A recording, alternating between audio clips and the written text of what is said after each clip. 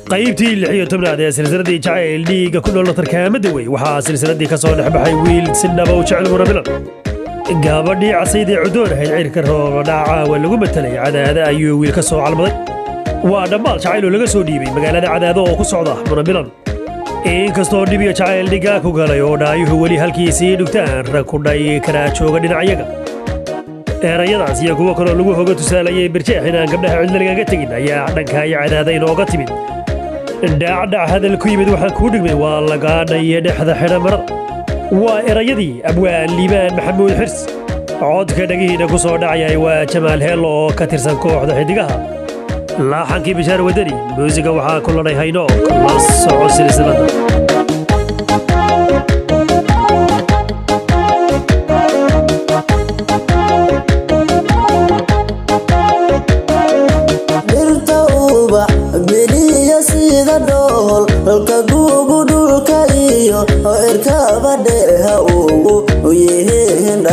dumar kayaga dhayaha kulada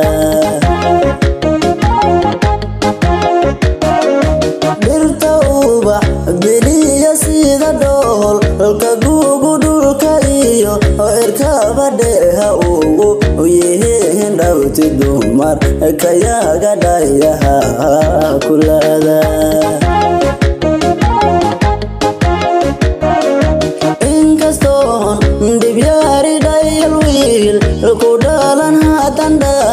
adayga dhexyar dumar la jirin dhammowa bahamiyu kali ku dhalay inkastoon dibyaari dhayal wiil ku dhalan haatandha adayga dhexyar dumar la jirin dhammowa bahamiyu kali ku dhalay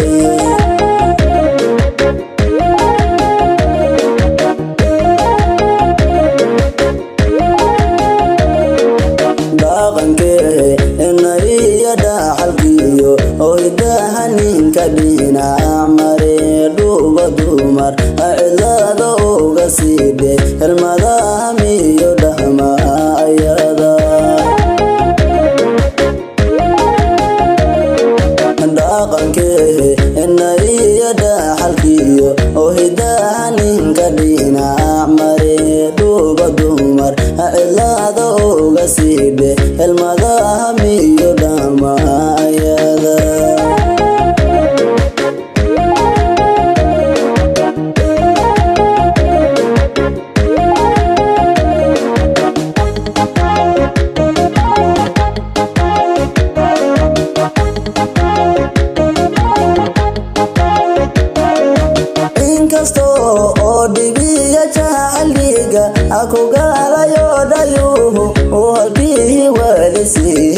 dhugtaan raa ku dhaay karaha dhooban dhinacayaga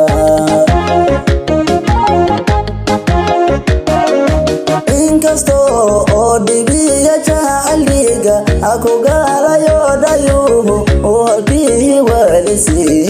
dhugtaan raa ku dhaay karaha dhooban dhinacayaga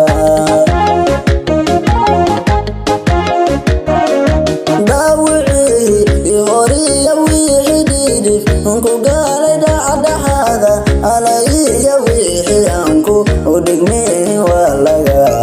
adhayina dhexda xiro marada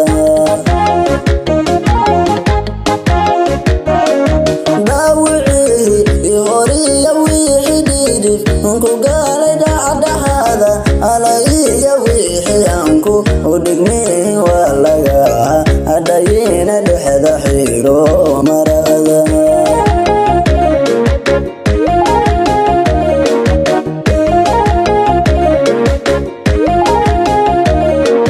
dhaqankee inaiyo dhaxalkiyo oo hidaha ninka dhinac mare dhuuba dumar cidlaada uga siide helmadahamiyo dhahmaayada